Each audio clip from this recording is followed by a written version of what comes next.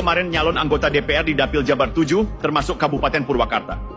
Sekarang, dia malah membenturkan diri dan berseberangan dari keberpihakan rakyat Purwakarta itu sendiri. Dia ikut-ikutan komentarin soal kebijakan gubernur yang sudah jelas didukung rakyat. Konyol, dia ingin mengoreksi sesuatu yang dia sendiri tidak tahu bagian mana yang harus dikoreksi. Dan lebih konyolnya lagi, dia bilang menyuarakan suara mereka yang berbeda pandangan. Pertanyaannya, kenapa yang disuarakan justru mereka yang berbeda pandangan? Padahal masyarakat di Purwakarta sangat mendukung kebijakan ini.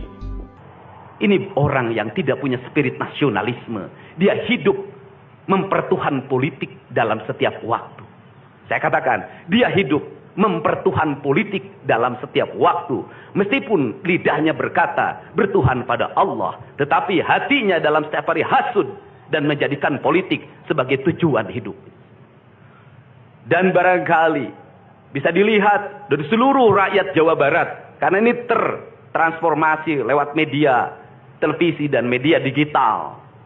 Yang menjadi petugas upacara hari ini bukan pasukan paskibraka yang biasa kita pakai, tapi mereka adalah peserta didik sekolah kebangsaan Dodik Lembang Rindam 3 Siliwangi.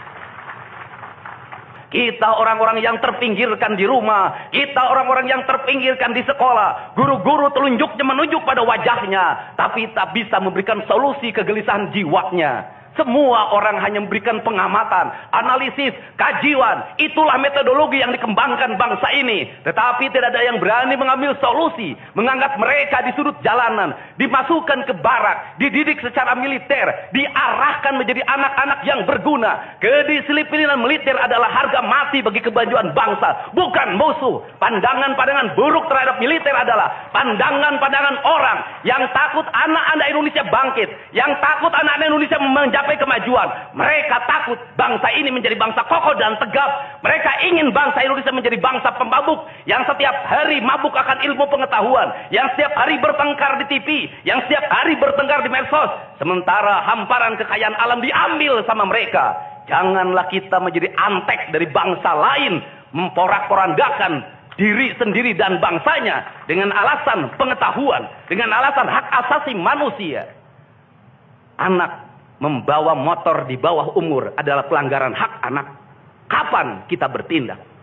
Dan selama ini kita membiarkan anak-anak nonton film tanpa didampingi oleh orang tua. Itu adalah pelanggaran anak. Dan kita tidak pernah bertindak. Anak-anak di bawah umur merokok, minum minuman keras, itu adalah pelanggaran hak anak. Semuanya kita berdiam. Anak-anak main game online, nonton tayangan-tayangan dewasa lewat media sosial, kita berdiam. Negeri ini akan hancur manakala semua orang berdiam. Maka orang yang memegang kekuasaan harus menggunakan tangannya untuk merubah seluruh kemunkaran ini menjadi sebuah kebajikan.